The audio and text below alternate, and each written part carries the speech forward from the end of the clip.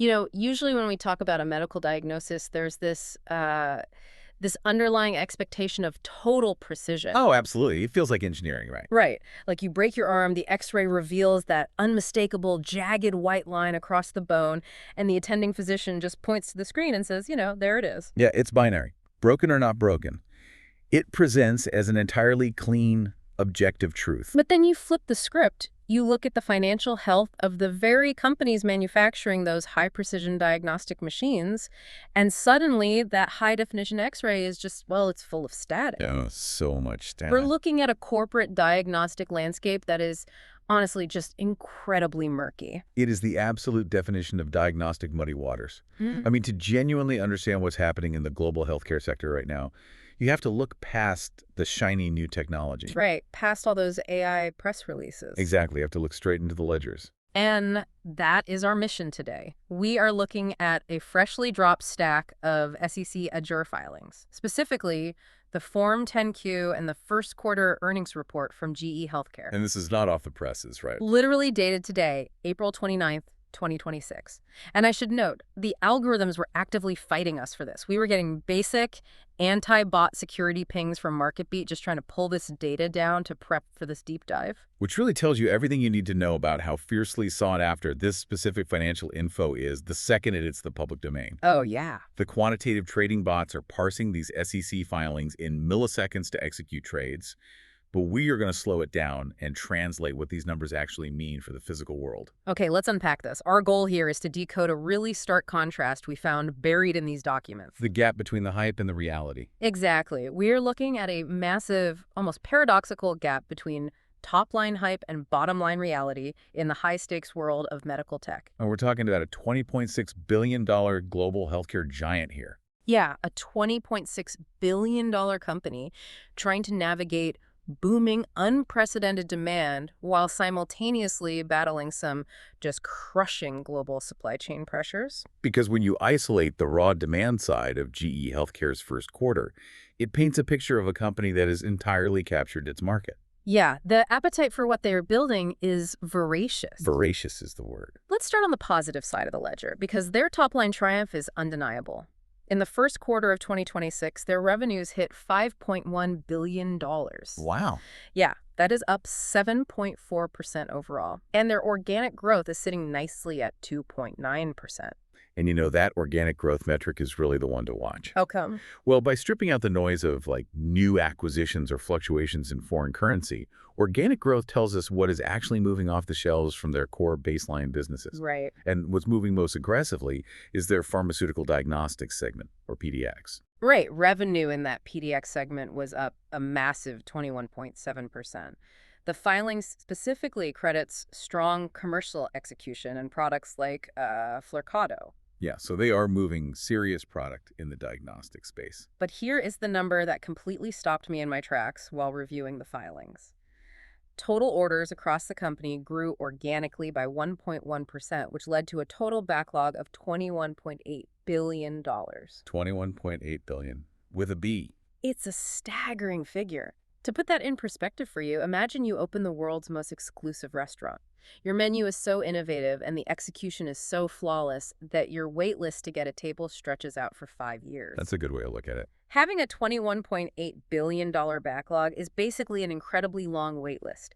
It proves unequivocally that hospitals and imaging clinics desperately want the medical technology you are selling. Oh, for sure. They're lined up around the block. So here's my question to you. If the demand is this high and the wait list is miles long, why isn't this company just printing money right now? Well, it's a solid visual, but with one critical difference that explains the bottleneck. A restaurant customer who gets tired of waiting can just, walk away and get a burger down the street. Right.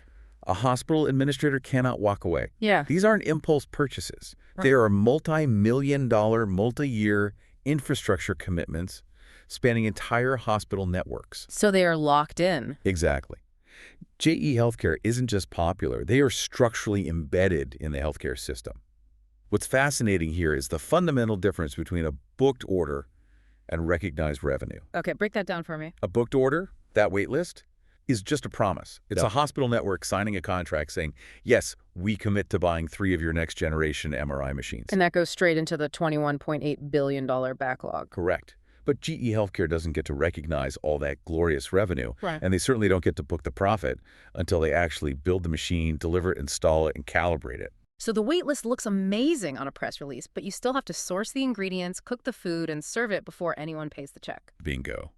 And while segments like imaging and advanced visualization solutions are growing beautifully on paper, having a massive backlog means you are entirely on the hook to execute in physical reality. Right, you're locked into that promise. Exactly. You have promised a hospital a massively complex piece of technology at a specific contracted price point. Yeah. And between the day that contract was signed and the day you actually shipped that MRI machine, the entire global macroeconomic landscape might have shifted beneath your feet. Hold on, I'm looking at these margins in the 10Q, and the math feels wrong.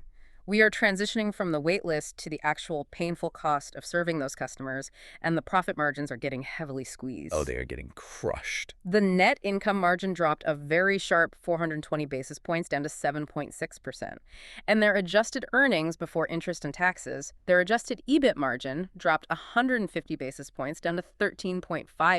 Yeah, that's a serious pinch. The filings point to a few very specific culprits for this profitability pinch. They cite tariffs. They cite a massive decline in their patient care solutions segment, where EBIT fell nearly 80%. 80%? I know. And they highlight what they call a, quote, discrete PDX supplier issue. But then the CEO, Peter Arduini, explicitly states, and I quote, "We saw significant increases in memory chips, oil, and freight costs during the first quarter." Yeah, that's the reality check right there. I have to push back here, though. GE Healthcare makes precision diagnostic tools. We are talking about machines that map the human brain and detect microtumors. Right. Why on earth are their profit margins being dictated by the exact same memory chip shortages and shipping constraints as a consumer PlayStation? If we connect this to the bigger picture, it exposes the hidden physical reality of medical innovation. We tend to view medical technology as this elevated, almost magical category of goods that floats above standard economics. Yeah, we think of it as pure science. Exactly.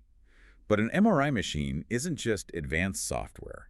It is a 10-ton piece of hardware containing a massive superconducting magnet that requires thousands of liters of liquid helium to operate. You can't just email that to a hospital in Berlin. No, you cannot. It requires heavy, specialized physical freight. The sophisticated gantry encasing that house the machine. That requires highly specialized plastics, which are derived directly from petroleum, hence the oil costs. Oh, wow. And the smart tech that instantly processes a volumetric 3D scan of a patient's heart relies on incredibly advanced memory chips. They are competing for the exact same silicon as the gaming companies and the automakers. So despite building life-saving technology, they are completely tethered to the most basic physical commodity markets. Completely tethered, but with infinitely higher stakes. Let's look at that discrete supplier issue in the pharmaceutical diagnostics segment you mentioned. The PDX segment. Yeah.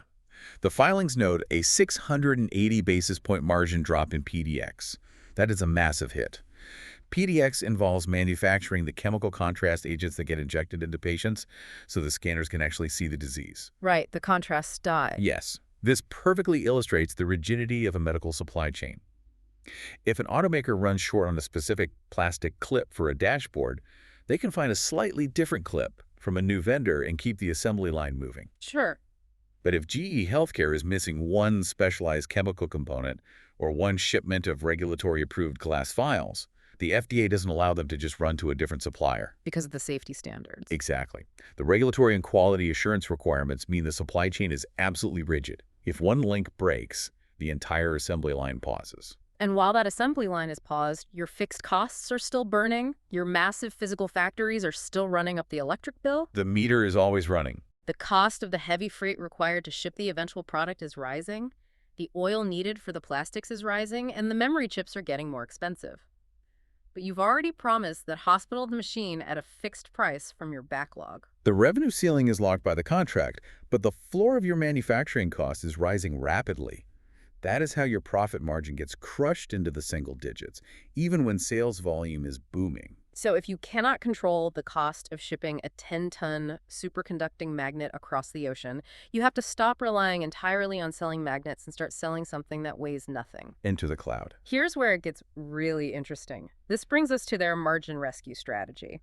In this quarter, GE HealthCare finalized a massive $2.3 billion acquisition of a company called Intelerad. That's a huge move. The stated goal in the filing is to advance cloud-enabled enterprise imaging across care settings. Look closely at the segment breakdowns in the 10Q, and you'll see the exact financial motivation for spending $2.3 billion on a cloud imaging company. Show me the money. Look at their Advanced Visualization Solutions segment, the AVS. This is essentially their software, AI, and data interpretation arm. That specific segment boasts a massive 22.3% EBIT margin, and it grew profits by 14.5% year over year. The contrast is wild. The heavy equipment margins are getting squeezed down into the single digits by oil and freight, but the software visualization margins are sitting comfortably over 20%. It's a totally different business model. To understand why this is such a big deal, think about legacy hospital IT infrastructure. Moving a massive, high-definition 3D volumetric MRI scan across a hospital's internal localized servers is like trying to push a bowling ball through a garden hose. It completely bottlenecks the entire system. Hospitals historically needed massive, heavy, physically air-conditioned server rooms on site just to store and process these gigantic diagnostic image files. It was an incredibly inefficient architecture. Those servers were expensive to buy, expensive to maintain, and took up valuable physical real estate inside the hospital. Right. By acquiring Intelerad and simultaneously gaining FDA clearance for their new technology called the View Next Generation Diagnostic Viewer, GE HealthCare is essentially replacing that garden hose with a high-capacity municipal water main. So it's basically like moving from physical DVDs to Netflix. Exactly. Radiologists no longer need to be tethered to a specific workstation in the hospital basement to read a scan. They can securely access, interpret, and manipulate these massive complex images from anywhere via the cloud. It completely shifts the value proposition. It does. And for GE HealthCare's bottom line, the cloud doesn't require petroleum-based plastics. It doesn't require heavy physical freight on cargo ships. Because it's just code. Right. Once the software architecture is built, the marginal cost to deploy that cloud solution to one additional hospital network is practically zero. It is the ultimate high-margin, infinitely scalable product. And they're backing this pivot with serious capital. The earnings report details a massive wave of R&D milestones. They just dosed the first patient in the Lumina trial for a new manganese-based MRI contrast agent, Which is huge for diagnostic clarity. They secured FDA clearances for their next-generation Signa MRI technology, and critically, the Photonova Spectra photon-counting CT scanner. The Photonova Spectra is a perfect example of how you build a premium product that escapes the commodity trap. How so? For decades, traditional CT scanners worked by taking X-rays, converting those X-rays into visible light, and then converting that light into a digital signal. It was highly effective, but it's essentially taking a photocopy of a photocopy. You lose microscopic detail in the conversion process. Photon counting technology fundamentally changes the mechanism. It directly measures individual X-ray photons as they hit the detector. You get unprecedented microscopic image clarity while using significantly less radiation on the patient. That's incredible. Hospitals will pay an absolute premium for that because it genuinely changes the standard of care. And to fuel all of this, the filing notes that their capital expenditures actually increased to $178 million, up from $152 million in the prior year. They refer to this internally as an innovation renaissance. But financially, what we are witnessing is a massive $20 billion corporate ship desperately trying to turn its hull.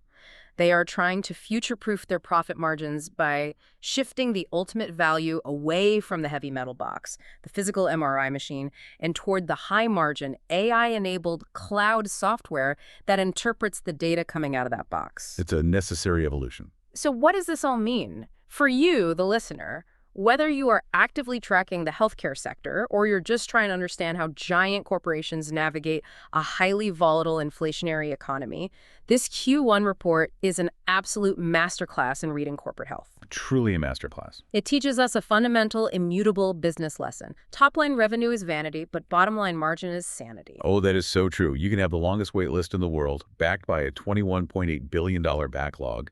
But if inflation and supply chain friction eat your margins before you can actually deliver the product, the health of your business is compromised. Right. And that physical reality heavily impacted their outlook for the rest of 2026. Let's read between the guidance lines here. Management actually reaffirmed their organic revenue growth guidance for the full year. They still expect 3 to 4% organic growth. So the demand is solid. The hospital demand is absolutely still there. They haven't lost their customer base, but they had to reduce their profit outlook.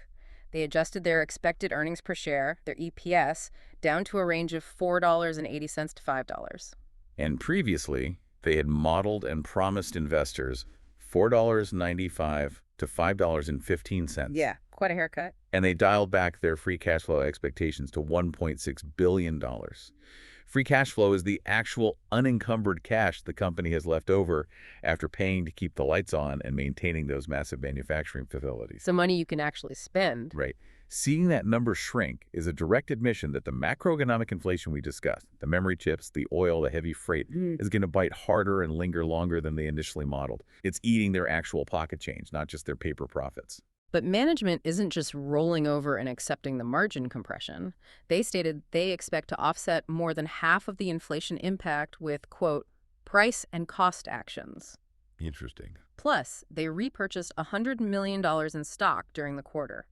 That is a classic corporate signaling mechanism to Wall Street. To show confidence. Exactly. It's management saying, look, we might be taking a temporary hit on margins due to physical supply chains, but we believe in our long-term software transition enough to buy our own stock. This raises an important question, though, regarding those price and cost actions. What's that? Well, that is sanitized corporate speak for raising prices on customers and cutting internal expenses. GE HealthCare is going to try to raise the prices of their machines and service contracts to offset the inflation of their raw materials, but they are walking an incredibly narrow tightrope. Because hospital budgets are entirely finite. Exactly the problem. They have to be incredibly careful not to stifle the very global demand they are currently enjoying. If an MRI machine suddenly costs 15% more to purchase and install because of a spike in global freight rates and rare earth metals, a hospital administrator might decide to just keep their old legacy machine running for another 3 years instead of upgrading. It's a delicate balance between preserving your profit margin and destroying your own demand. It really is. To bring all of this together, we are looking at a company that is fundamentally thriving in terms of global desire for its products. They are innovating rapidly, pushing the absolute boundaries of artificial intelligence, cloud computing, and photon-counting diagnostic imaging. They are doing incredible work. But they are temporarily bruised by the unforgiving physical realities of moving atoms around the globe.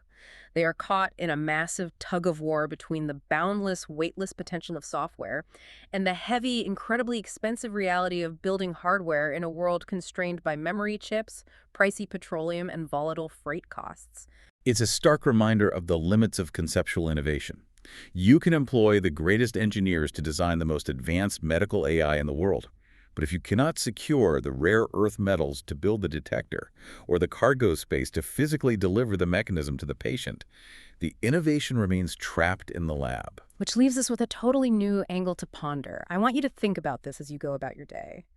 We constantly talk about medical breakthroughs. Right, all the time. We celebrate curing diseases, mapping the human genome, and extending the human lifespan through brilliant abstract science.